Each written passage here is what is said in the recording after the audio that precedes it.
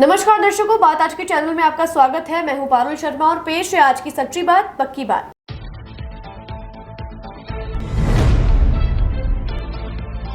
Ajmer police को मिली बड़ी सफलता। गेगल थाने के ब्लाइंड मर्डर मामले को 48 घंटे में पुलिस ने खोला।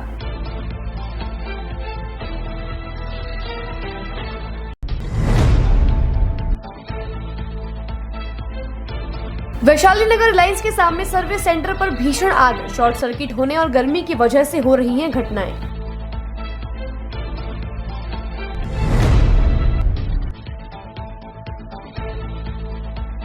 मांगलियावास थाना पुलिस की बड़ी कार्यवाही। अवैध शराब की पेटियों सहित ट्रक को किया जब्त।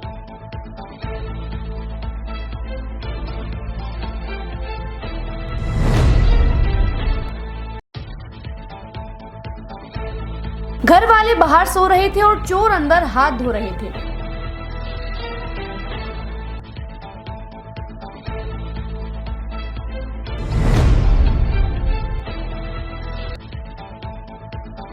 जिले की प्रभारी सचिव अपर्णा अरोड़ा ने किया सरकारी कार्यालयों का निरीक्षण, दिए सुधार के व्यापक निर्देश।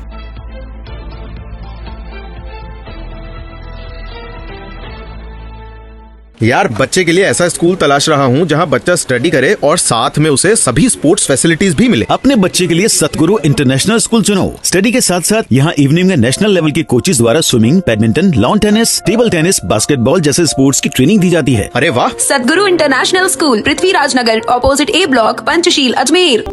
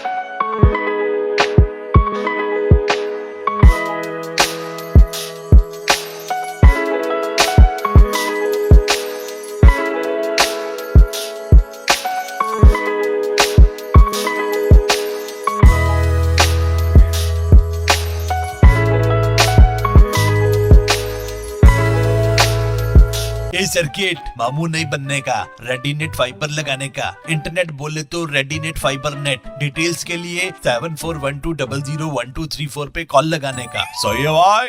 इंटरनेट बोले तो रेडीनेट फाइबर। अब शुरू करते हैं बातों का बेहतरीन सफर। गेगल थाना इलाके में 2 दिन पहले एक 60 साल की बुजुर्ग की सड़क किनारे लाश मिलने के बाद अजमेर पुलिस हरकत में आ गई। ब्लाइंड मर्डर केस के मामले में अजमेर पुलिस अधीक्षक ने अलग अलग टीमों का गठन किया, जिसके बाद पुलिस ने इस मामले में आज खुलासा करते हुए बताया कि इस मर्डर को पिसांगन के रहने वाले सोनू रावत द्वारा किया गया था। पुलिस अधीक्षक ने मामले की पूरी जानकारी देते हुए बताया कि पुलिस पूछताछ में सोनू सिंह ने बताया कि 20 तारीख के दिन मृतक प्रभु सिंह के साथ शराब पीने के बाद उसकी बहस हो गई और मृतक प्रभु सिंह ने शराब के नशे में जमकर गालियां दी। क्योंकि वह भी नशे में था, इस कारण प्रभु सिंह द्वारा दी गई गालियों को वह बर्दाश्त नहीं कर पाया और उसके बाद उसने गले में डाले गमछे की मदद से प्रभु सिंह की गला घोंटकर हत्या कर दी।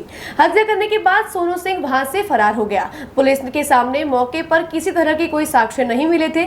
उसके बाद भी पुलिस टीम ने केवल 48 घंटे में इस मामले का खुलासा करते हुए मृतक के आरोपी सोनू सिंह को गिरफ्तार किया है।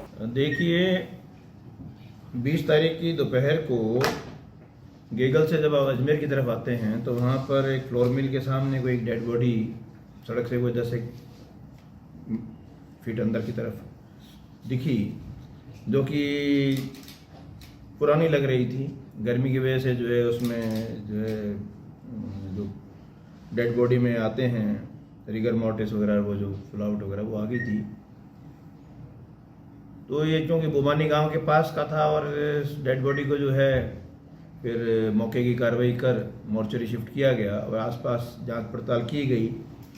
तो इसकी जो फ़ोटो सोशल मीडिया पर डली और उसको देखकर इसका जो भाई का बच्चा था, जो जिसका ये ताऊ लगता था, शिवराज सिंह, उसने इसकी पहचान प्रभु सिंह पुत्र हीरा सिंह जाति रावत उम्र 60 साल निवासी बुबानी की पता किया कि गांव में परिवार में और कौन कौन है। 3 बच्चियां हैं, इनके लड़कियां हैं, लड़का कोई नहीं है। शराब पीने का आदी था। शराब की बोतलें जो खाली होती थी वो इकट्ठी करके, अन्य जो बोतलें इकट्ठी करके उनको बेच बुझा के दारू और पी लिया करता था। लेकिन चूँकि मर्डर हुआ था तो मर्डर के पीछे कोई न कोई मोटिव अवश्य होता है। इस पर एडिशनल एसपी ग्रामीण व सीओ ग्रामीण व एसएचओ गेगल और अन्य जो थे डीएससी की टीम, इन सबको लगाया गया। ग्रामीण सर्कल के जो भी एसएचओ थे, सीओ ने अपने सर्कल के एसएचओ से बुला लिया, मांग लिया वहाँ से आपका पिसांगन है। तो जब कई चीज़ें देखी तो लास्ट सीन एविडेंस में एक व्यक्ति जिसका नाम है सोनू सिंह, वो मोटरसाइकिल पर इसको ले जाता हुआ दिखाई दिया। क्योंकि लास्ट सीन एविडेंस उसकी आई थी तो उसको बुलाकर पूछताछ की गई और जो तकनीकी साक्ष्य हैं हमारे, उनके आधार पर मनोवैज्ञानिक तरीके से और ये पता लगा कि इस व्यक्ति का इस गांव में बुबानी में ससुराल है और ये कई मरतबा वहाँ रहता भी है, आता भी है, जाता भी है। तो उस पर उसने जो है स्वीकार किया कि प्रभु सिंह की जो है हत्या गला घोंटकर उसी के द्वारा की गई है, जो गले में उसके गमछा लगा हुआ था। कारण तो पूछने पे आया कि दोनों में आपस में कहीं बैठ के दारू पी रहे थे, बोलचाल हो गई और गालियां ज़्यादा दी। तो गुस्से में आके, आवेश में आकर उसने जो है पहले तो झगड़ा हुआ। झगड़ा होने के बाद चूँकि व्यक्ति कहते हैं गाली वाली बहुत दिया करता था, तो उसको जो है वो और नागवार गुजरा, जिस पर उसने गुस्से में आकर इसका अपने पास जो गमछा था उस गमछे से गला घोंट दिया और डेड बॉडी को वहीं जिस जगह ये बैठ के दारू पी रहे थे वहीं पटक कर ये वहाँ से भाग गया। तो जो मृतक है वो प्रभु सिंह सन ऑफ स्वर्गीय हीरा सिंह जाति रावत उम्र 60 साल ग्राम बुबानी थाना गेगल, और जो गिरफ्तार किया है जिसको 48 घंटे में पूरी टीम ने मेहनत करके पकड़ा, सोनू सिंह पुत्र श्री ज्ञान सिंह जाति रावत उम्र 27 साल निवासी गणेश मंदिर के पास ग्राम अम्बा पुलिस थाना पिसांगन, हाल ग्राम बुबानी में जो अपने ससुराल में रह रहा था। हो सकता है अभी और डिटेल उससे ली जाएगी और जो मोटे मोटे तौर पर तो यही बहुत बड़ा जो है मोटिव नहीं था, लेकिन कई बार गर्मी का मौसम है और गर्मी के मौसम में ज़्यादा गर्मी दिमाग में चढ़ जाती है तो कई बार वो भी नुकसानदायक हो जाती है। तो मेरा तो यही मानना है, दारू पिया हुआ आदमी और नॉर्मली हम भी पुलिस में कहते हैं कि शराब पिया हुआ आदमी उसको ज़्यादा डिस्टर्ब मत करो, उतर जाएगी तो बाद में बात करो। इन दिनों भीषण गर्मी के चलते और लाइट में बार बार अप एंड डाउन के कारण जगह जगह शॉर्ट सर्किट होने के चलते आग लगने की घटनाएं सामने आ रही हैं। इसी कड़ी में आज रिलायंस के सामने सदगुरु वाहन सर्विस सेंटर में शॉर्ट सर्किट के चलते अचानक आग लग गई। टू व्हीलर वाहन सर्विस सेंटर के मालिक ने जानकारी देकर बताया कि शॉर्ट सर्किट के कारण उनके टू व्हीलर वाहन सर्विस सेंटर के अंदर रखे तेल के डब्बे में अचानक से आग लग गई और देखते ही देखते आग पूरे सर्विस सेंटर में फैल गई। वहीं सर्विस सेंटर में लगी आग के बाद तुरंत फायर ब्रिगेड के अधिकारियों को जानकारी देकर फायर की गाड़ियों को बुलाया गया, लेकिन तब तक फायर ब्रिगेड की गाड़ियां मौके पर पहुंचती जब तक पूरा सर्विस सेंटर आग की भेंट चढ़ चुका था। हालांकि गनीमत यह रही कि आग लगने के दौरान सर्विस सेंटर में कोई भी दोपहिया वाहन या चौपहिया वाहन सर्विस के लिए नहीं आया हुआ था, जिसके कारण बड़ा नुकसान होने से बच गया। लेकिन इस भीषण आग में उनके सर्विस सेंटर में रखा करीब 1 से 1.5 लाख रुपए का सामान जलकर राख हो गया। सर, हमें सूचना मिली थी कि बीकानेर मिष्ठान भंडार के यहाँ कोई वो सरदार जी की कोई ऑटोमोबाइल की दुकान थी रिपेयरिंग की, उसमें आग लगी है। तो हमने वहाँ से फायर ब्रिगेड में सूचना दी गई थी, तो उसके हिसाब से हमने तुरंत प्रभाव से 2 गाड़ियाँ रवाना करी और यहाँ आके देखा तो आग काफ़ी थी। ऑयल था इसके अंदर, मोबाइल ऑयल वगैरह गाड़ी में भरते हैं जो, उसमें आग थी। तो हमने उस आग पे काबू पाया और आग पूर्ण रूप से हमने बुझा ली।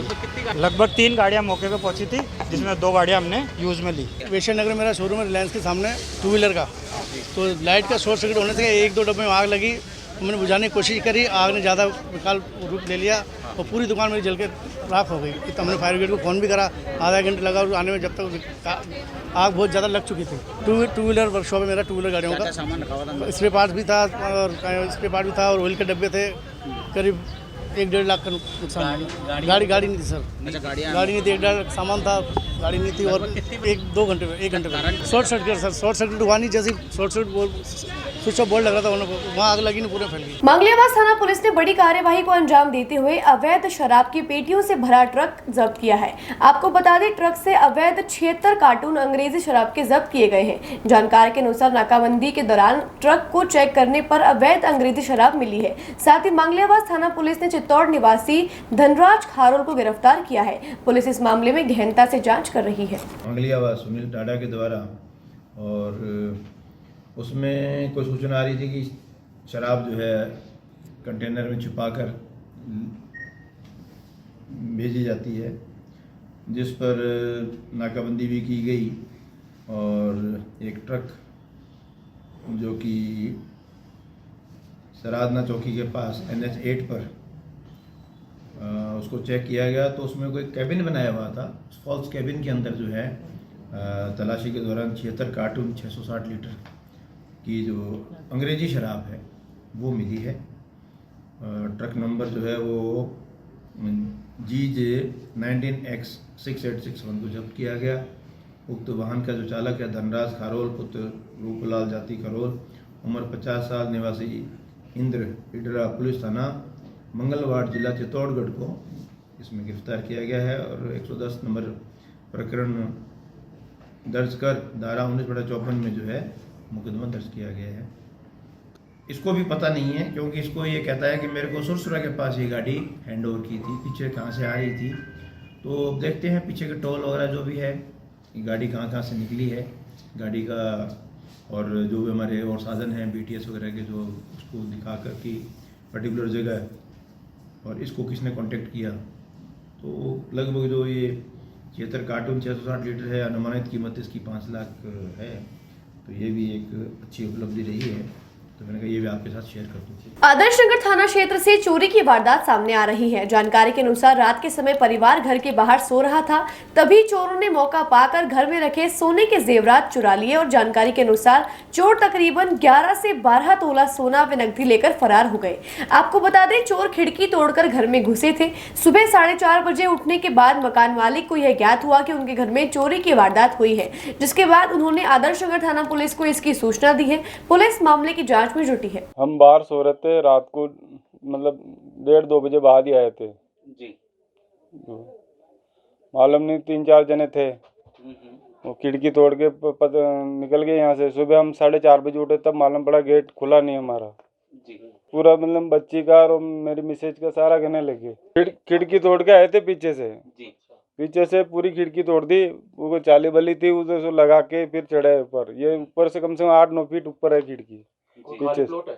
हाँ खाली खेत है ना पूरा सर। फिर रात को कर रहे थे हम, तो बाहर सो रहे थे। बाहर सो रहे, सुबह उठे जब मालूम पड़ा हमको तो घर में चोरी। हाँ घर में चोरी। पूरा मेरे मिसेज का सारा गाना था और मेरी बच्ची का, जो अभी शादी करी, दोनों बच्चों की हमने। सोना सर लगभग में 10-11-12 तोला सोना था सर। वैसे तो जो आंधली वगैरह था उनको लिफाफे थे वो लेके। ये अपने 11-12 लाख का माल गया सर। आदेश नगर में करी थे सर हमने। हाँ आई सर, पुलिस आई। जिले की प्रभारी सचिव अपर्णा अरोड़ा ने कलेक्ट्रेट का निरीक्षण करके गुड गवर्नेंस के तहत आने वाले जिला कलेक्टर, पुलिस अधीक्षक सहित तमाम ऐसे सरकारी डिपार्टमेंट का निरीक्षण किया जहां पर सरकारी कार्यों का किया जाता है। जिले की प्रभारी सचिव अपर्णा अरोड़ा ने निरीक्षण के बाद जानकारी देते हुए बताया कि सरकार ने सभी सरकारी कार्यालय में ई-फाइल पद्धति के आधार पर सरकारी कार्मिकों को कार्य करने के दिशा निर्देश दिए हुए हैं और उसी के तहत उनका 1 दिवसीय दौरा अजमेर का है, जहां पर सबसे पहले उन्होंने अजमेर के जिला कलेक्टर के तमाम विभागों का निरीक्षण किया और निरीक्षण के दौरान उन्होंने ई-फाइल पद्धति के अनुसार कार्मिक किस तरह से कार्य कर रहे हैं उन व्यवस्थाओं को जांचा परखा। देखिए, राज्य सरकार के निर्देश हैं कि हमारे जो गुड गवर्नेंस का एक सबसे इम्पोर्टेंट डिस्ट्रिक्ट में जो पिलर है वो डिस्ट्रिक्ट कलेक्टर का ऑफिस होता है, जिसमें एडीएम ऑफिस, एसडीओ ऑफिस, जो जनता से जुड़ा हुआ दफ्तर है। और सरकार में अब ई-फाइलिंग पद्धति लागू कर दी गई है, तो ई-फाइल से जनता के काम कितनी जल्द हो रहे हैं, हमें निर्देश हम जाके देखें पब्लिक का काम कितना जल्दी हो रहा है, पेंडेंसीज तो नहीं हो रही हैं। इस हिसाब से कलेक्ट्रेट के सेक्शंस और सारी जगह मैंने देखा है। रिकॉर्ड कैसे रख रहे हैं, दाखिल दफ्तर कर रहे हैं, स्कैनिंग करके हम जमा करा रहे हैं क्या है, और पब्लिक ओरिएंटेड दफ्तर को हमें देखना है कि लोगों को तकलीफ़ नहीं हो रही हो, बार बार चक्कर नहीं काटना पड़े। तो मैंने अभी कलेक्ट्रेट का तो निरीक्षण किया है, अभी मैं अजमेर डेवलपमेंट अथॉरिटी और नगर निगम भी जाऊंगी। ये भी जनता से जुड़ा हुआ दफ्तर है, ये देखना है। मुझे कमी तो ऐसी नहीं नज़र आई। अजमेर शुरू से ही मैं आती रहती हूँ और अच्छा ज़िला मानती हूँ मैं, इसमें अच्छे प्रशासन और अच्छे ऑफिसर्स भी रहे हैं और भारती जी ने काफ़ी अच्छा काम किया है। मैंने सेक्शंस में देखा, सभी लोग ई-फाइलिंग पद्धति से वाकिफ़ हैं, सबकी ट्रेनिंग हो चुकी है और दे आर वेल वर्स, मतलब अच्छा काम कर रहे हैं। और कहीं दिक्कत है तो हमारे ऑफिसर्स उनको गाइड करते हैं। बातों को देते हैं एक छोटा सा विराम, जल्दी मिलते हैं एक नए सफर पर। यार बच्चे के लिए ऐसा स्कूल तलाश रहा हूँ जहाँ बच्चा स्टडी करे और साथ में उसे सभी स्पोर्ट्स फैसिलिटीज भी मिले। अपने बच्चे के लिए सतगुरु इंटरनेशनल स्कूल चुनो। स्टडी के साथ साथ यहाँ इवनिंग में नेशनल लेवल के कोचेज द्वारा swimming, badminton, lawn tennis, table tennis, basketball जैसे स्पोर्ट्स की ट्रेनिंग दी जाती है। अरे वाह! सतगुरु इंटरनेशनल स्कूल, पृथ्वीराज नगर, ऑपोजिट ए ब्लॉक, पंचशील, अजमेर।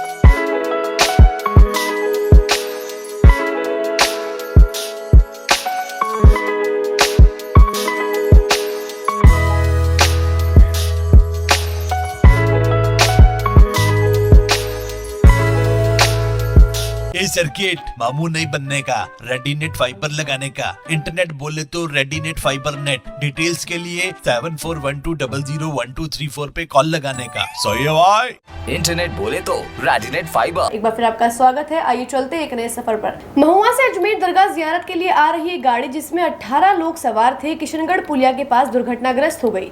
आपको बता दें, इसमें महिला व बच्चों सहित तकरीबन सभी लोग घायल हो गए हैं, जिनका उपचार अभी जेलम अस्पताल में जारी है। आपको बता दें, यह घटना तब हुई जब ड्राइवर ने गाड़ी की स्टेपनी चेंज करने के लिए गाड़ी को पुलिया पर साइड में लगाया था, तभी एक पिकअप गाड़ी से इसकी भिड़ंत हो गई। सभी घायलों का इलाज अभी जारी है। ये सर ये किशनगढ़ की पुलिया है। किशनगढ़ की पुलिया पर हमारी गाड़ी पंचर हो गई थी। पंचर लगाने के लिए साइड और स्टेपनी चेंज करने के लिए साइड में गाड़ी लगा रखी थी हमने, तो हमारे ड्राइवर ने स्टेपनी चेंज कर दी और हम जो नीचे थे उनसे बोल दिया कि तुम गाड़ी में बैठ जाओ, मैं इसको स्टेपनी को पीछे कस देता हूँ। और वो जैसे पीछे कसने गया, पीछे से एक पिकअप आई टमाटर और कुछ सब्जी की, उसने धड़ाक देने से थी, वो जो हमें कोई पता नहीं क्या हुआ। मतलब फिर तो होगी तो बहुत बुरी हालत हो गई। आप कहाँ से आ रहे थे? हम महुआ से अजमेर के दरगाह के लिए आए थे, दरगाह पहुँचे नहीं। आपका नाम? मेरा नाम मनोज राणा। और कहाँ के रहने वाले हो आप? मैं महुआ का रहने वाला हूँ। दौसा जिला। दौसा जिले में रहते हैं? दौसा जिला, महुआ तहसील, महुआ में रहता हूँ। हम छोटे मोटे 18 थे, घायल सभी हैं। छोटे मोटे एक आध बच्चे हैं, बाकी सभी घायल हैं। लेडीज 5 लेडीज और बच्चे? 5 लेडीज है, 5 बड़े हैं और बाकी बच्चे हैं। एक बच्चा ज़्यादा घायल है, उसका नवीन। अजमेर शहर का हृदय स्थल आना सागर झील गत 3 माह से जलकुंभी की समस्या से ग्रस्त है। इसमें फैल रही जलकुंभी की समस्या को लेकर शहर का प्रत्येक नागरिक आहत है। जलकुंभी समस्या के निवारण के प्रति जिम्मेदार इसकी अनदेखी कर असंवेदनशीलता दर्शा रहे हैं। पर्यावरण विशेषज्ञों का कहना है कि आना सागर में सीवरेज के गंदे पानी का सतत प्रवाह जलकुंभी का भोजन बन रहा है, अतः इसे तुरंत रोकने के पुरजोर प्रयास करने चाहिए। अभी हमारे से पहले हमारे दोस्त राणा मस्जिद जो उदयपुर से आए हुए, उन्होंने बताया उदयपुर की प्राकृतिक झील और हमारी इस झील से बहुत बड़ा फर्क है। हमारी इस झील के अंदर पूरा की पूरा जो यहाँ पर सीवरेज का ट्रीटमेंट प्लांट है उसका पानी आ रहा है। सबसे बड़ा कारण जो इस झील के अंदर जलकुंभी फैलने का है वो प्रशासन की सबसे बड़ी उदासीनता मान लो या कहीं ना कहीं सुविधा का संतुलन मान लो, क्योंकि पिछले 1.5 साल से इस जो बना हुआ जो STP प्लांट है सीवरेज का, वो 1.5 साल से बंद पड़ा है। उसके अंदर फिल्टर प्लांट नहीं चल रहा है, उसकी सिर्फ वेस्ट जो है, मल वेस्ट जो है वो अलग किया जा रहा है और डायरेक्ट पानी डाला जा रहा है। तो मेरे दोस्त को ये मैं बताना चाहता हूँ कि यहाँ पर चारों ओर से नाले डायरेक्ट सीवरेज के, यूरिनल के इसी झील के अंदर गिर रहे हैं। स्थानीय जिम्मेदारों द्वारा केंद्र सरकार तथा राज्य सरकार से सहयोग लेकर इसका स्थायी निदान किए बिना जलकुंभी को रोका नहीं जा सकता। सिंह राणावत का सादर प्रणाम। उदयपुर से हूँ मैं, पर्यावरण रक्षा संस्थान के नाम से NGO चलाता हूँ। आज जलकुंभी के विषय पर हम यहाँ पर एकत्र हुए हैं। उदयपुर में समस्या फतेह सागर और पिछला झील में 2007 और 2008 में बहुत आयत में पाई जाती थी, तो वहाँ पर हम लोगों ने और वहाँ के झील प्रेमियों ने सबने मिलकर एक बड़ा प्रयास किया और गंभीर प्रयास में हमने एक काम किया कि हमने नियोचेटिना नामक एक कीट मंगवाया बेंगलुरु से, और उस कीट को हमने उस झील के पानी में डाल दिया, जिससे आज की स्थिति ये हो गई है कि वो कीट जो है वो कंटिन्यू सर्वाइव कर रहा है। 15 वर्षों बाद भी उसका झील के पानी में असर है और जलकुंभी का कोई नामो निशान आज वहाँ नहीं है। इसके साथ हमने यहाँ पर ग्रास कार्प मछलियाँ छोड़ी है और मत्स्य खेत पर प्रतिबंध लगाया है। हमने गंबूसिया नामक मछली भी मंगवाई थी। इन सब जीवों ने मिलकर झील के अंदर जितनी भी जलीय खरपतवार थी उसका अंत कर दिया। हालांकि अभी दूसरी तरह की खरपतवार आती रहती है, चीज़ें चलती रहती है, किंतु जलकुंभी शब्द जहाँ आया तो जलकुंभी के लिए मुझे याद आया कि क्यों ना मैं आपको नियोचेटिना के लिए सजेस्ट करूं।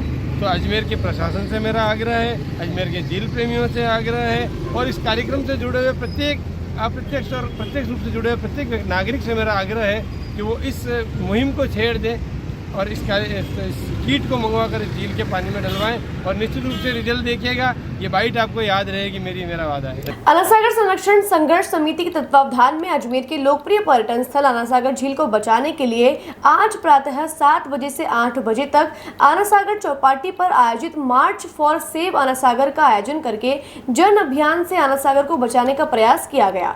शहर के प्रबुद्ध नागरिक सहित शहर की अनेक संस्थाओं के प्रतिनिधियों ने इस आंदोलन को समर्थन दिया। व्यापार महासंघ के संरक्षक भगवान चंदी राम का अजमेर शहरवासियों को नमस्कार। भाइयों, मैं सन 1995 से यहाँ अन्ना सागर के चारों तरफ हमेशा से घूमता हुआ हूँ। सुबह मेरी घंटा 1.5 घंटा यहीं पर ही सन 1995 से निकलती है। इतना शानदार माहौल जीवन में अन्ना सागर लेक का देखा हुआ है कि आज बहुत बड़ी वेदना लेकर के इस शहर को ये बताना चाहता हूँ कि ये जो हाल जलकुंभी से इस अन्ना सागर झील का हुआ है वो शहर के लिए शर्मनाक है। हमारे प्रशासन के लिए, हमारे नेताओं के लिए एक बहुत बड़ी हीनता वाली बात है कि वो इस शहर के लिए कुछ भी नहीं कर पाए हैं, जबकि अजमेर शहर में इस झील का इतना बड़ा महत्व है।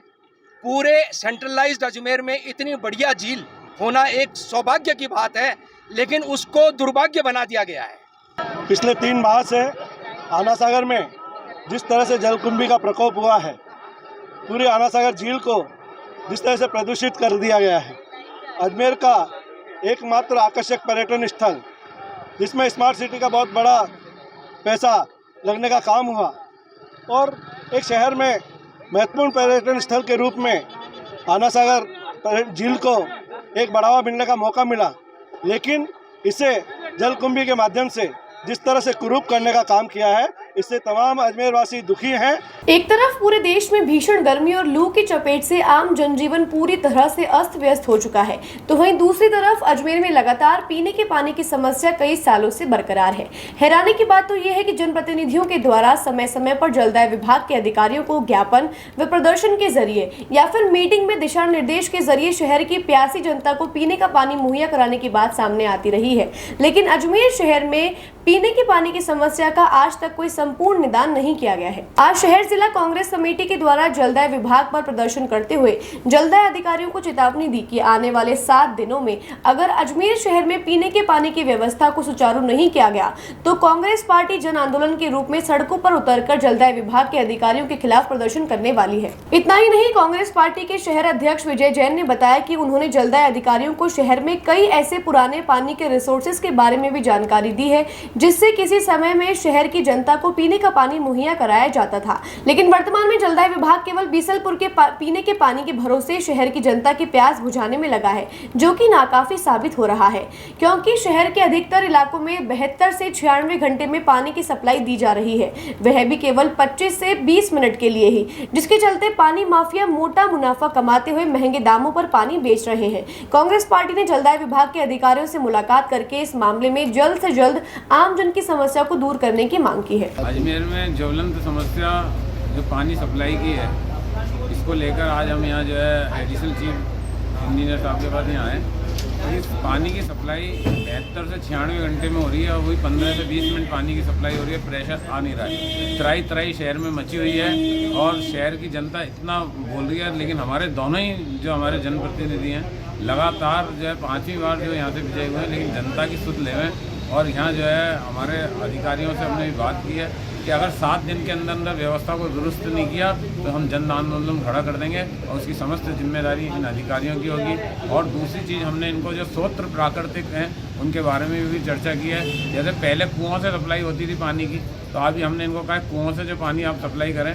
अजमेर के अंदर ऐसे कम से कम 100 से ज़्यादा कुएँ हैं जो पाताल तोड़ कुएँ हैं, जिनसे अगर वहाँ उस क्षेत्र को पानी दिया जाए तो आदमी कम से कम पीने को नहीं तो दूसरे जो रोज़ के कार्य हैं उन कार्यों के लिए तो उस पानी को लेकर अपने रोज़ की मर्तबा की ज़रूरत को पूरा कर सकता है। तो उसके लिए बात की है हमने। हैंडपम्प जो ख़राब पड़े उन्हें दुरुस्त करने की बात की है। साथ ही हमने बात की है कि जो अभी पानी को बेच रहे हैं जो लोग, उनके यहाँ से भी अधिग्रहण करके आप वहाँ से पूर्ति करें। क्षेत्र के अंदर अजमेर की जनता प्यासी नहीं रहेगी, उसके लिए कांग्रेस खड़ी हुई है और कांग्रेस उसके लिए जन आंदोलन करने के लिए तैयार है। 1 सप्ताह के अंदर अगर इन्होंने व्यवस्था नहीं सुधारी तो इसका परिणाम ये स्वयं यहाँ देखेंगे। बातों को देते हैं एक छोटा सा विराम, जल्दी मिलते हैं एक नए सफर पर। यार, बच्चे के लिए ऐसा स्कूल तलाश रहा हूँ जहाँ बच्चा स्टडी करे और साथ में उसे सभी स्पोर्ट्स फैसिलिटीज भी मिले। अपने बच्चे के लिए सतगुरु इंटरनेशनल स्कूल चुनो। स्टडी के साथ साथ यहाँ इवनिंग में नेशनल लेवल के कोचेज द्वारा swimming, badminton, lawn tennis, table tennis, basketball जैसे स्पोर्ट्स की ट्रेनिंग दी जाती है। अरे वाह! सतगुरु इंटरनेशनल स्कूल, पृथ्वीराज नगर, ऑपोजिट ए ब्लॉक, पंचशील, अजमेर।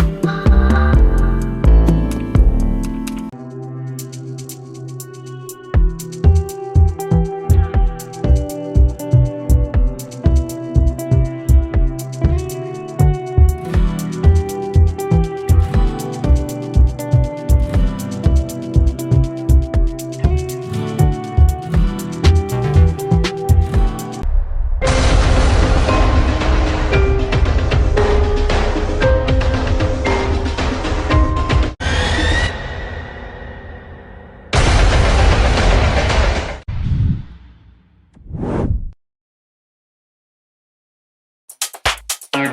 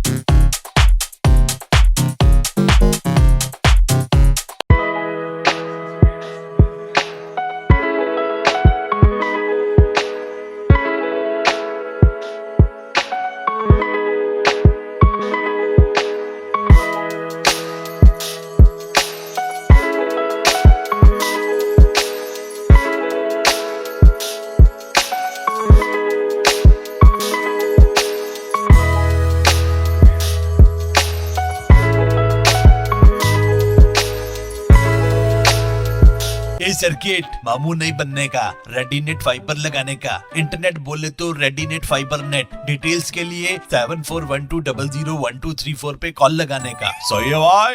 इंटरनेट बोले तो रेडीनेट फाइबर। एक बार फिर आपका स्वागत है। आइए चलते हैं एक नए सफर पर। एकीकृत महासंघ के नेतृत्व में आज संभागीय आयुक्त को ज्ञापन देकर शहर की विभिन्न सांस्कृतिक धरोहरों को सुंदर एवं स्वच्छ बनाने के साथ ही शहर की यातायात व्यवस्था को ठीक करने और अजमेर के पत्रकार साथियों के लिए जिला कलेक्ट्रेट में जगह उपलब्ध करवाने के लिए ज्ञापन दिया गया। एकीकृत महासंघ के संभाग प्रभारी और जिला अध्यक्ष कांतिलाल शर्मा ने बताया कि अजमेर शहर में कई सांस्कृतिक और प्राचीन धरोहर ऐसी हैं जो आज दुर्दशा का शिकार हो रही हैं, जिसकी तरफ जिला प्रशासन का ध्यान नहीं है, जबकि अजमेर धार्मिक और पर्यटक दृष्टि से पूरी दुनिया में अपना एक अलग महत्व रखता है। ऐसे में अजमेर शहर की प्राचीन और सांस्कृतिक धरोहरों की साज संभाल कर उनको स्वच्छ एवं सुंदर बनाने के लिए ज्ञापन देकर संभागीय आयुक्त और राज्यपाल से इस मामले में हस्तक्षेप करने की मांग की है। साथ ही काफी लंबे समय से शहर की बिगड़ी ट्रैफिक व्यवस्था पर भी एकीकृत महासंघ ने ज्ञापन देकर मांग उठाई है कि जब से एलिवेटेड रोड बना है तब से फव्वारा सर्किल से लेकर मार्टिनल ब्रिज तक ट्रैफिक व्यवस्था पूरी तरह से चरमरा चुकी है। आगरा गेट हो चाहे गांधी भवन चौराहा या फिर रेलवे स्टेशन, सभी चौराहों पर हालात बद से बदतर हो चुके हैं। आने जाने वाले वाहन चालकों को काफी दिक्कतें सामने आ रही हैं, जिसके चलते एकीकृत महासंघ ने संभागीय आयुक्त से इस मामले में गंभीरता से ध्यान आकर्षित करके ट्रैफिक व्यवस्था में सुधार करने की मांग की है। इतना ही नहीं, अजमेर जिला कलेक्ट्रेट जहां पर अजमेर पुलिस अधीक्षक कार्यालय और अजमेर कलेक्टर कार्यालय है, साथ साथ कई तरह के प्रशासनिक कार्यालय संचालित किए जा रहे हैं और यहां पर पूरे संभाग से परिवादियों की आना जाना लगा रहता है। ऐसे में अजमेर के अधिकतर पत्रकार साथी इस भीषण गर्मी में सुबह से शाम तक जिला कलेक्ट्रेट परिसर में ही ड्यूटी लगी रहती है, लेकिन भीषण गर्मी में पत्रकारों के लिए बैठने की कोई उचित व्यवस्था आज तक कलेक्ट्रेट परिसर में नहीं की गई है। यही वजह है कि एकीकृत महासंघ के जिला अध्यक्ष और संभाग प्रभारी कांतिलाल शर्मा ने नेतृत्व में संभागीय आयुक्त को ज्ञापन देकर इस मामले में भी पत्रकारों की समस्या दूर करने की मांग उठाई है।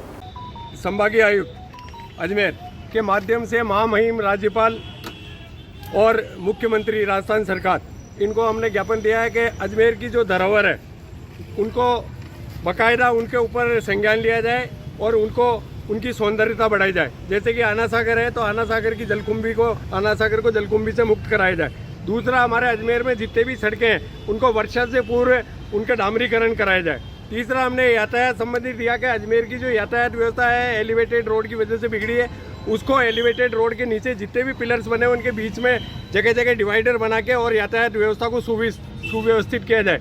और इसके अलावा आप देखिए आगरा गेट के ऊपर एक बड़ा यातायात व्यवस्था का बड़ा ही जमघट लगा हुआ है, तो हमें उधर से कड़क्का चौक की तरफ से और जो भी हम पट्टी कटला वगैरह नया बाजार की तरफ से जो भी आते हैं वो वहाँ पे आप देख लीजिए उनको चूड़ी बाजार तक जाके मुड़ के जाना पड़ता है, तो इसलिए हमने ज्ञापन दिया है। दूसरा, हमने एक ज्ञापन दिया है मीडिया कर्मियों के लिए कि मीडिया कर्मी है वो सभी संस्थाओं से जुड़े हुए हैं, हर व्यक्ति से जुड़े हुए, लोकतंत्र का चौथा स्तंभ है।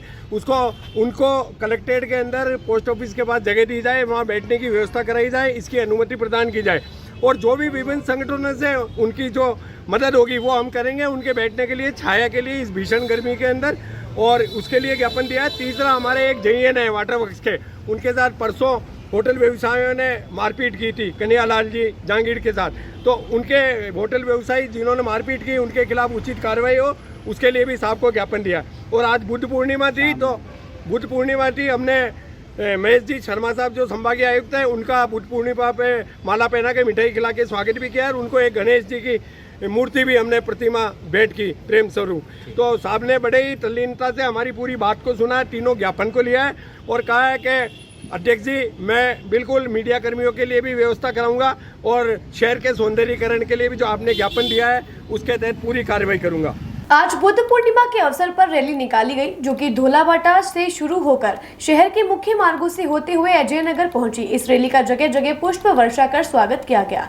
इस रैली का मुख्य उद्देश्य भगवान बुद्ध के पद चिन्हों पर चलकर मानवता की ओर कदम बढ़ाना रहा। इस रैली में बौद्ध समाज के धर्मावलंबियों ने बढ़ चढ़कर हिस्सा लिया। आज सभी देशवासियों को और अजमेर जिले के सभी उपासक उपासिकाओं को त्रिभुवन पवन बुद्ध पूर्णिमा की हार्दिक बधाई एवं मंगल कामनाएं। सभी उपासक उपासिकाएं आज धोलाबाटा से रैली चल करके अजय नगर जाएगी और इस रैली का हमारे भगवान बुद्ध की सभी धर्मों में कामना है। हम इस रैली के माध्यम से ये कहते हैं कि शील प्रज्ञा और समाधि मानवता की सेवा का सबसे बड़ा कल्याण है और इस कल्याण के लिए हमारा बौद्ध समाज आगे की पंक्ति में खड़ा है। मैं सभी अजमेर निवासियों ने जगह जगह पर हमारा स्वागत किया है, इन सबका हार्दिक अभिनंदन करता हूं। तथागत रैली का उद्देश्य है कि भगवान बुद्ध की जो मानवता की सेवा है, शील प्रज्ञा और समाधि और शिक्षा का, वो प्रत्येक मनुष्य अपने जीवन में धारण करेगा तो मानव का कल्याण होगा और वो महान व्यक्ति बनेगा। संभाग के सबसे बड़े सरकारी अस्पताल में भीषण गर्मी के दौरान किस तरह की व्यवस्थाएं हैं, उन्हें जांचने परखने के लिए आज अचानक से अस्पताल अधीक्षक अरविंद खरे ने निरीक्षण करके व्यवस्थाओं को जांचा परखा। निरीक्षण के दौरान अस्पताल अधीक्षक ने अधिकतर वार्डों में लगे हुए एयर कंडीशनर को बंद देखकर नाराजगी व्यक्त करते हुए कहा, सुपरिटेंडेंट को जमकर फटकार लगाई। इतना ही नहीं, एक वार्ड में तो जब भीषण गर्मी के कारण परेशान हो रहे मरीज को बद से बदतर हालत में देखकर अस्पताल अधीक्षक ने वार्ड सुपरिटेंडेंट को यह तक कह दिया कि क्या मरीज की जान लेकर ही मानोगे, क्योंकि इन दिनों भीषण गर्मी से सभी जगह हालात बेकाबू होते जा रहे हैं। ऐसे में अस्पताल में जिस तरह से लगातार मरीजों की संख्या बढ़ती जा रही है, मरीज और मरीज के परिजनों को काफी दिक्कत का सामना करना पड़ रहा है। यही वजह है कि अस्पताल अधीक्षक अरविंद खरे ने अस्पताल का औचक निरीक्षण किया और जहां जहां बंद एयर कंडीशनर थे उन सभी एयर कंडीशनर को 24 घंटे चालू रहने की हिदायत दी। वहीं अस्पताल में जहां जहां गंदगी का ढेर और अव्यवस्थाएं नजर आई, अस्पताल अधीक्षक ने तुरंत उन्हें दुरुस्त करने के लिए दिशा निर्देश दिए हैं। जो इस समय है ना राजस्थान के अंदर और अजमेर में भीषण गर्मी का ताप है। आज इस समय जो 43 और 44 टेम्परेचर चल रहा है और भारी गर्मी तापघात के कारण जेएलएन अस्पताल ने अपनी गर्मी की व्यवस्था करने के लिए पंखे, एसी और कूलर जो अभी है, हमारे यहाँ पर करीब 750 एसी लगे हुए हैं, 2000 पंखे लगे हुए हैं। इन पंखों में से हमने अभी आज अपने ग्राउंड फ्लोर जहाँ पर मरीज प्रथम स्तर पर आता है, casualty ward, casualty OPD, EMU, trauma, neuro, ICU, इनमें आता है। इसमें हमने जाके देखा तो आज जो कैजुअलिटी वार्ड है उसमें टाटा पावर की तरफ से वोल्टेज स्ट्रिप आ रहा है, तो आज टाटा पावर की टीम लगी हुई है।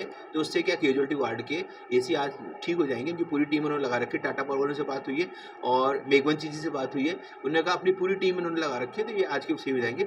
इसके अलावा हमने जो पंखे देखे तो 10 पंखे हमारे नए रिप्लेसमेंट की हैं पूरे इस एरिया में। तो जिसमें से करीब आप 10 पंखे देखें तो करीब इसमें 200 पंखे करीब लगे हुए हैं यहाँ पर। तो 200 पंखे में 10 मतलब कि ये पंखे जो कि अभी किसी में रेगुलेटर ख़राब है, किसी में कुछ ख़राब है, आज उसको 24 घंटे के अंदर वो पंखे भी सुधर जाएंगे। तो मुझे लगता है कि स्थिति पूरी हो जाएगी। रही बात पानी की, हमने यहाँ पर 17 जगह वाटर कूलर लगा रखे हैं। जो कुछ वाटर कूलर हमें डोनेशन से मिले तो उसको भी हमने लगा रखे हैं और बाकी जो हमारे थे उनके सबकी टंकी हमने साफ़ कर दी, पानी लगा दिया और हर जगह हमें ठंडा पानी मिल रहा है। नहीं, इसमें से क्या कुछ जगह हमने चिन्हित करी है, तो इसमें से हमने करीब 6 नए पंखे और लगाने का कैजुअलिटी और कैजुअलिटी वार्ड के अंदर में लगाने का तय किया। आज के लिए बस इतना ही। कल फिर होगी आपसे मुलाकात, तब तक के लिए दीजिए इजाजत। नमस्कार।